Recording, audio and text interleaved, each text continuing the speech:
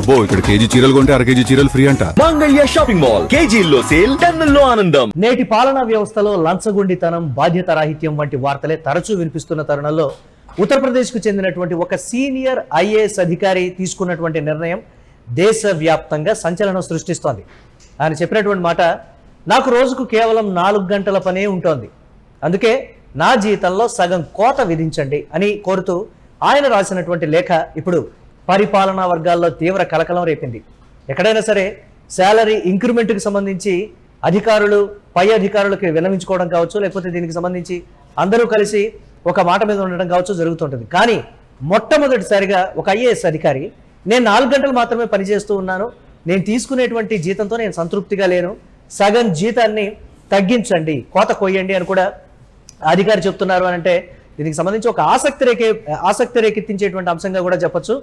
ఒక ఉన్నతాధికారి హోదాలో ఉండి కూడా సరైనటువంటి పని లేకుండా పూర్తి జీతం తీసుకోవడం తన మనస్సాక్షికి విరుద్ధమని ఆయన స్పష్టం చేసినటువంటి విధానం కూడా దేశవ్యాప్త చర్చకైతే దారితీసింది. ఆ డీటెయిల్స్ చూస్తే ఉత్తరప్రదేశ్లో ఒక యువ ఐఏఎస్ అధికారి రాసినటువంటి లేఖ ప్రస్తుతం తీవ్ర చర్చలకైతే దారితీస్తోంది. ఈ లేఖలో తనకు పూర్తిగా పని లేకపోవడంతో సగం జీతం చెల్లించాలని, లేకుంటే నిబంధనల ప్రకారం పనిచేసే అవకాశం ఉన్న చోటుకు బదిలీ చేయాలని కూడా అతను కోరాడు. 2023 బ్యాచ్కు చెందినటువంటి ఐఏఎస్ అధికారి రింకు సింగ్ రాహి ఈ లేఖను రాష్ట్ర నియామక సిబ్బంది శాఖకైతే ఆయన పంపించారు. ప్రస్తుతం ఎస్డిఎం అంటే జ్యుడిషియల్గా పనిచేస్తున్నటువంటి రాహి తన బాధ్యతల్లో రోజుకు సుమారు 4 గంటలు పని మాత్రమే ఉంటుందని ఆయన పేర్కొనడం కూడా ఒకంత సంచలనంగా మారింది. ఈ పోస్టులో కొనసాగితే సగం జీతం చెల్లించిన అభ్యంతరం లేదని తెలిపారు. పరిపాలనా వ్యవహారాల్లో రాజకీయ జోక్యం ఎక్కువగా ఉందని ఆరోపిస్తూ కూడా రాష్ట్ర మంత్రి స్వతంత్ర దేవ్ సింగ్, బీజేపీ ఎమ్మెల్యే గౌరీశంకర్ వర్మ పేర్లను ప్రస్తావించారు. ఆయన జలంలో ఎస్డిఎంగా పనిచేసే సమయంలో అక్రమ భూ కబ్జాలు, ఆక్రమణలకు సంబంధించినటువంటి వ్యవహారాల్లో చర్యలు తీసుకోవద్దని జిల్లా కలెక్టర్ తనకు ఆదేశించారని రాహి ఆరోపించారు. ఇక్కడ పై స్థాయి అంటే పొలిటికల్ ప్రెషర్కి సంబంధించి ఆయన పై అధికారులకు ఏ విధంగా అయితే తన పనిలో ఇన్వాల్వ్ అయ్యారో, లేకపోతే తనను ఈ పని చేయొద్దు, ఈ చర్యలు తీసుకోవద్దు, ఈ స్థాయిలో మూమెంట్ ఇవ్వద్దు అని కూడా చెప్పినటువంటి అంశాలని రాజకీయ నాయకుల పేర్లతో పాటు ఉన్నతాధికారుల పేర్లను కూడా రాహి ప్రస్తావించడం ఒకంత సంచలనంగా మారింది. అంటే ఐఏఎస్ అధికారులకు కూడా పొలిటికల్ ప్రెషర్ ఏ స్థాయిలో ఉంటుంది అనేది పర్టికులర్గా దానికి సంబంధించి రాహి పొందుపరిచినటువంటి అంశాలు కూడా నిజంగా ఆలోచింపజేస్తున్నాయి.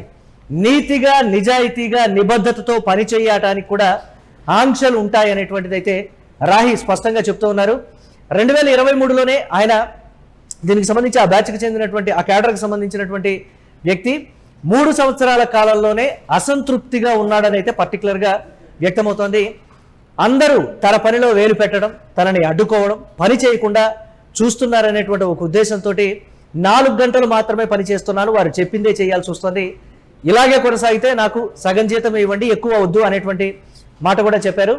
దీనికి సంబంధించి లేదా పూర్తి స్థాయిలో నేను పని చేయగలిగినటువంటి అవకాశం ఉన్న చోటికి నన్ను బదిలీ చేయండి, ఇక్కడ 2 అంశాలు కూడా రాహి పేర్కొన్నారు. అయితే ఆ సమయంలో ఎమ్మెల్యే గౌరీశంకర్ వర్మ కూడా అక్కడే ఉన్నారని కూడా అతను పేర్కొనడం, మంత్రి స్వతంత్ర దేవ్ సింగ్ కూడా సంబంధించినటువంటి ఆక్రమణల ఆరోపణలపై నిష్పాక్షిక విచారణ జరగకుండా అడ్డుకునేందుకు కుట్ర జరిగిందని కూడా ఆ లేఖలో అయితే ఆరోపించారు. రాహి లక్నోలో జరిగిన అగ్ని ప్రమాదం తర్వాత జలంలోని రామ్ రాజా నిరంజన్కు చెందినటువంటి కోల్డ్ స్టోరేజీని తనిఖీ చేసినట్లు ఆయన తెలిపారు. అక్కడ నిర్వహించినటువంటి మాక్ ఫైర్ డ్రిల్లో అగ్నిమాపక ఏర్పాట్లు సరిగ్గా లేవని గుర్తించారని కూడా చెప్పారు. కోల్డ్ స్టోరేజీ నిర్వహణకు సంబంధించినటువంటి పలు కీలక పత్రాలు అందుబాటులో లేవని కూడా ఆ నివేదికలో కోరినట్లు వెల్లడించారు. ఈ వివాదంపై విచారణ కమిటీ నివేదిక రాకముందే తనను హడావిడిగా ఎస్డిఎంగా బదిలీ చేశారని కూడా రాహి ఆరోపించారు. జలౌన్ జిల్లా పరిపాలనా తీరుపైన అసంతృప్తి వ్యక్తం చేశారు. ప్రజల సమస్యలు పరిష్కరించాల్సిన జనతా దర్శన్ కార్యక్రమం కేవలం పేరుకే జరుగుతోందని, మూల సమస్యలను పరిష్కరించకుండా తాత్కాలిక చర్యలకే పరిమితమవుతోందని ఆయన విమర్శించారు. ఈ నేపథ్యంలో నిబంధనల ప్రకారం స్వేచ్ఛగా పనిచేసే అవకాశం ఉన్న మరో తహసీల్కు లేదా మరో జిల్లాకు బదిలీ చేయాలని కూడా ప్రభుత్వాన్ని రాహి కోరుతూ రాసినటువంటి లేఖ ఆలోచింపజేస్తోంది. ఒకవేళ అది సాధ్యం కాకపోతే మరో రాష్ట్రానికి డెప్యుటేషన్పై పంపాలని కూడా విజ్ఞప్తి చేశారు. ఈ లేఖలో రాహి చేసినటువంటి ఆరోపణలు రాష్ట్రంలో ఉన్న పరిపాలనా వ్యవస్థపై ప్రశ్నలు తలెత్తేలా అయితే చేస్తున్నాయి. ఈ ఘటనపై రాష్ట్ర ప్రభుత్వానికి సంబంధిత అధికారులకు స్పందన తెలియాల్సి ఉంది. అయితే రాహి చేసినటువంటి ఆరోపణలు రాజకీయ జోక్యం, పరిపాలనా వ్యవహారాల్లో ఉన్నటువంటి అసమర్థత వంటి అంశాలు ప్రభుత్వానికి సవాళ్ళనైతే విసురుతున్నాయి. ఈ లేఖ ద్వారా యువ ఐఏఎస్ అధికారి తన అనుభవాలను పంచుకోవడం ద్వారా ప్రభుత్వ వ్యవస్థలో ఉన్నటువంటి లోటుపాట్లు, సమస్యలను ప్రజల ముందుకు తీసుకొచ్చారు. ప్రజలు ఈ సమస్యలకు సంబంధించి ఆలోచించాలి. ఈ విధమైనటువంటి ఒత్తిడి కావచ్చు, పరిపాలనలో రాజకీయ జోక్యం, ఉన్నతాధికారుల జోక్యం లేకుండా ఉంటే పారదర్శకమైనటువంటి పని అయితే మేము చేస్తామనేటువంటి మాట చెప్తున్నారు. తీసుకుంటున్నటువంటి జీతానికి అసంతృప్తితో ఉన్నాం. ఇది రాహి రాసినటువంటి ప్రధానమైనటువంటి అంశం. ఈ నేపథ్యంలో రాష్ట్రంలో ఉన్న పరిపాలనా వ్యవస్థలో మార్పులు అవసరమని, ప్రజల సమస్యలను పరిష్కరించడంలో ప్రభుత్వానికి మరింత బాధ్యత వహించాల్సిన అవసరం ఉందని స్పష్టంగా తెలుస్తోంది. ఈ అంశంపై ప్రజల స్పందన, రాజకీయ నాయకుల స్పందన ఎలా ఉంటుందో చూడాల్సినటువంటి అవసరం అయితే ఉంది. పరిపాలనలో జరుగుతున్న తీవ్ర లోపాలు కూడా ఉన్నాయని అయితే తెలుస్తోంది. పాలనలో పారదర్శకత కోసం క్షేత్రస్థాయి సిబ్బంది హాజరు, ఉపాధి హామీ పనుల వివరాలు, ప్రభుత్వ భూమి ఆక్రమణల జాబితాను బహిర్గతం చేయాలని కూడా ఆయన చేసినటువంటి విజ్ఞప్తులను యంత్రాంగం పూర్తిగా పక్కన పెట్టేసింది. భూ కబ్జాలు, అక్రమ మైనింగ్ వంటి సున్నితమైన అంశాలపై విచారణ జరుపుతున్నప్పుడు ఆయనపై అనేక వైపుల నుంచి ఒత్తిళ్లు రావడం, ప్రజా కంప్లైంట్లను సరిగ్గా పరిష్కరించకుండా మసిపూసి మారేడుకాయ చేసేలా నివేదికలు ఇవ్వాలని బలవంతం చేశారని కూడా ఆయన ప్రధానంగా కీలకమైనటువంటి ఆరోపణలు చేశారు. గతంలో కూడా అనేక ప్రభుత్వ అక్రమాలను వెలికితీసి ఎన్నో బెదిరింపులను ఎదుర్కొన్నటువంటి చరిత్ర రింకు సింగ్ రాహికి అయితే ఉంది. నిజాయితీగా పనిచేయాలనుకునే అధికారులకు వ్యవస్థ నుంచి మద్దతు లభించకపోవడం, మరోవైపు ప్రజా సమస్యలను పక్కన పెట్టాలని ఒత్తిడి చేయడం పట్ల ఆయన తీవ్ర అసంతృప్తితో అయితే ఉన్నారు. ఒక ఉన్నతాధికారే స్వయంగా వ్యవస్థలోని లోపాలను ఎత్తి చూపుతూ తన